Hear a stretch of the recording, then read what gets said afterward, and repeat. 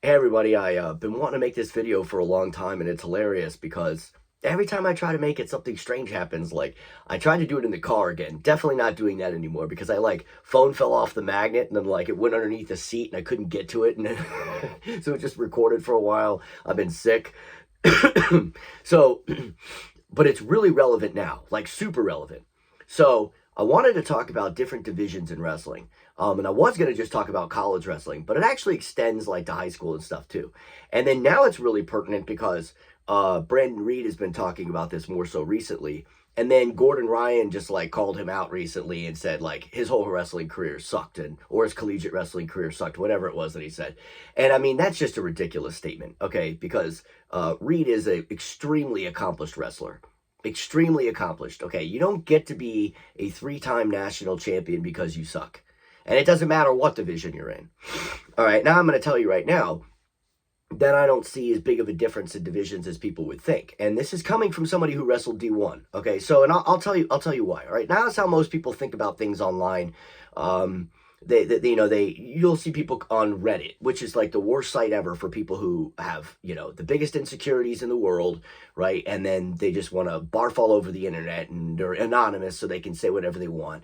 And they cry about high school, right? Where it's like, oh, there's different size schools, and then so the different size schools makes a difference. Like, it doesn't. Okay, in fact, if anything, it's the smaller private schools that have better wrestling because they recruit from all over the place because they're not confined to a district. You don't have to live in that exact region, okay? And like my school is a perfect example of that because I went to a Catholic high school and we recruit from everywhere. And we have literally like national and world champions that go to my high school, okay? And then parents that were gold medalist Olympians that actually like their kids wrestled at my high school, okay? We were a smaller school.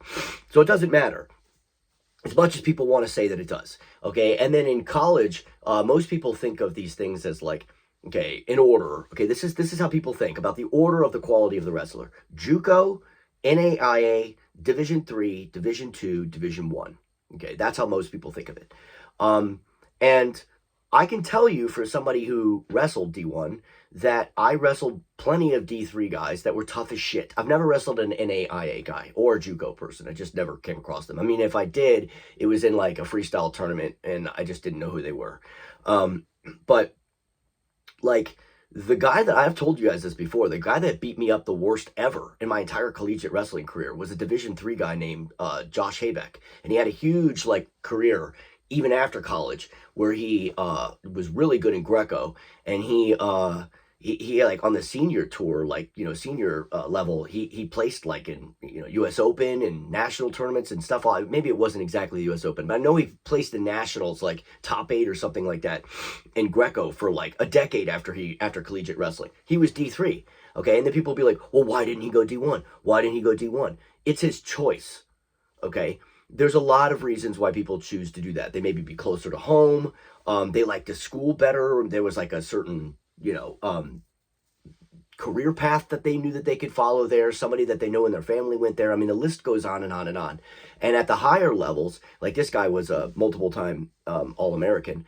I couldn't tell the difference between him and a high level D1 guy. In fact, if anything, I that guy kicked my ass. But I've wrestled D3 All-American, D1 All-Americans, right, when I wrestled in college, and had much closer matches. So it's not as big of a deal as you think. Okay, so just to get that out of the way, okay, because and then there's this weird thing in jiu-jitsu where everybody talks about the D1 wrestler in their school. Look, I live like, I used to, my first jiu-jitsu school that I went to was in Ann Arbor. Ann Arbor's where University of Michigan is. And you would think that there would be this huge pipeline of D1 wrestlers coming in to do jiu-jitsu after their career, college wrestling is over, or the summertime, or whatever. And there's not. There was not. Okay, I wrestled some D2 and some D3 guys from there, but that came there, but never D1. It's not this like, it seems to me like people go into jiu-jitsu gyms and lie. I mean, there's a lot of people that lie. I've already made videos on people lying. I don't know why people do it, but they could. That's a kind of dumb thing to lie about, because then when you suck, then everybody's going to think that college wrestling sucks or something. But it's not as common as you would think. Not in my experience, that all these D1 guys are showing up to do jiu-jitsu. Okay. And so you don't really have a frame of reference if you've never done it. And like the online people just really need to shut the fuck up. I mean, like there's so many couch experts, you know, like some of the breakdown guys that have the biggest channels never actually wrestled at all. They're Brazilian jiu-jitsu guys who fell in love with wrestling, grateful for that and all that, and just talk about what the person is doing by slowing it down. That doesn't mean you know what you're talking about. And it certainly doesn't mean that you can do it on somebody else, which I think is the bigger and more important thing. Like you can sit there and you can couch analyze football all you want and have sucked at football. So does that mean that we should listen to you? Because there's this really weird thing where people now think that like just because somebody spent a lot of time watching something that all of a sudden makes them a fucking expert. And then like, you know, Gordon trying to call out like Brandon Reed to wrestle, like that'll never happen. It's never going to happen.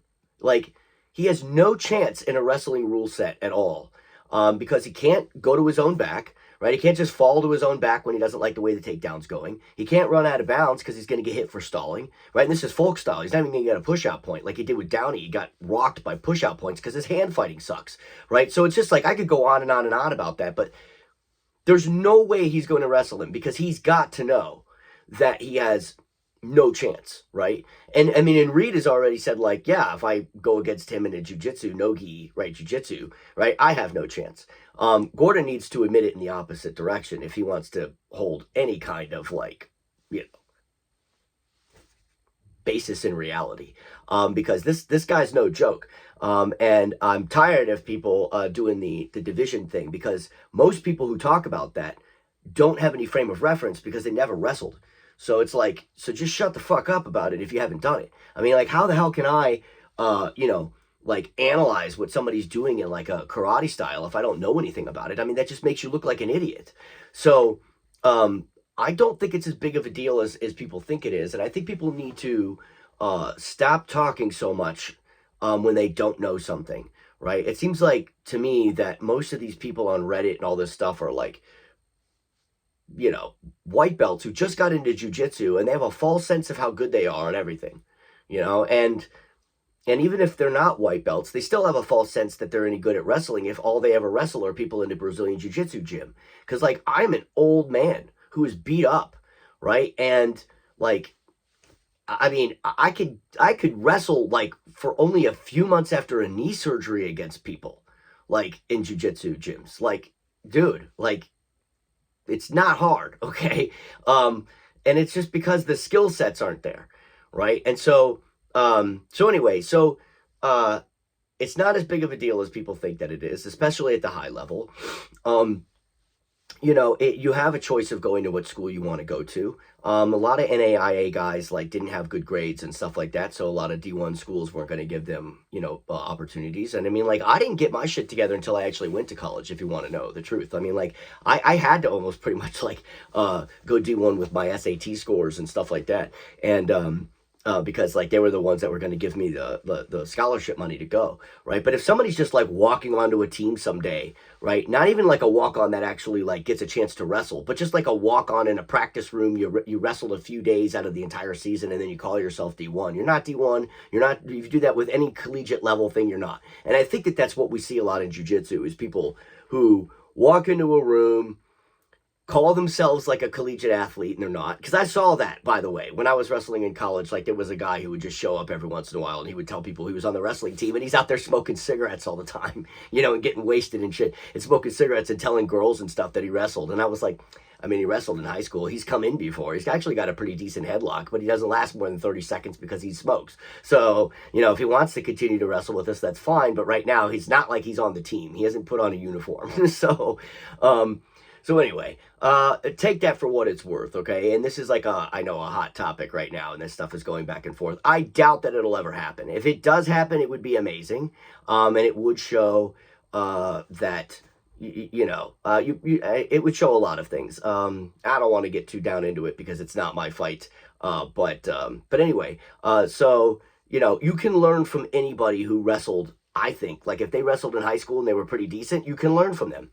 And you can learn from people who wrestled, of course, in any division in college, like you should, right? To hold this arbitrary thing that, like, somebody has to be, like, an All-American, which is, by the way, like 8th or best in the country on one weekend out of the year. And there's only 33 people in the NCAA, that's all I know of D1 stuff, right? 33 people make it to the tournament. That means that you're already top 33. And so what? If you don't place 8th or better, then that means that you're no good? Like, this is where the bar has been set with morons online who have never wrestled and making this arbitrary bar, right? About like who's good and who isn't, right? But then, you definitely can't take somebody like Reed, who won 3 fucking national titles in NAIA, and then pretend like he wouldn't have done well in D1. He most certainly would have done well in D1. I promise you that, okay? And he has videos of him wrestling people who were legit in D1, and they're all legit, okay, but wrestling people in D1 and beating them, okay? So again, to prove the point that it doesn't make as big of a difference as you think that it does, okay? He had a really good career on freestyle too, okay, where there are no divisions. So anyway, that's what that is, okay? I really actually hope that match will happen. It won't. Because it just won't. I mean, I just promise you that it won't, because Gordon's just blowing smoke, because he doesn't want that. That won't look good for him.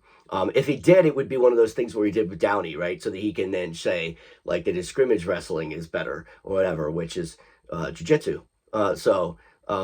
You can call it what you want, but it's still just jiu-jitsu. You use wrestling and judo to get people to the ground, right? And then once you get to the ground, you don't have to worry about your back, so it's no longer wrestling anymore. It's jiu-jitsu. So anyway, take it for what it's worth. That's my take on it. Anyway, have a good day.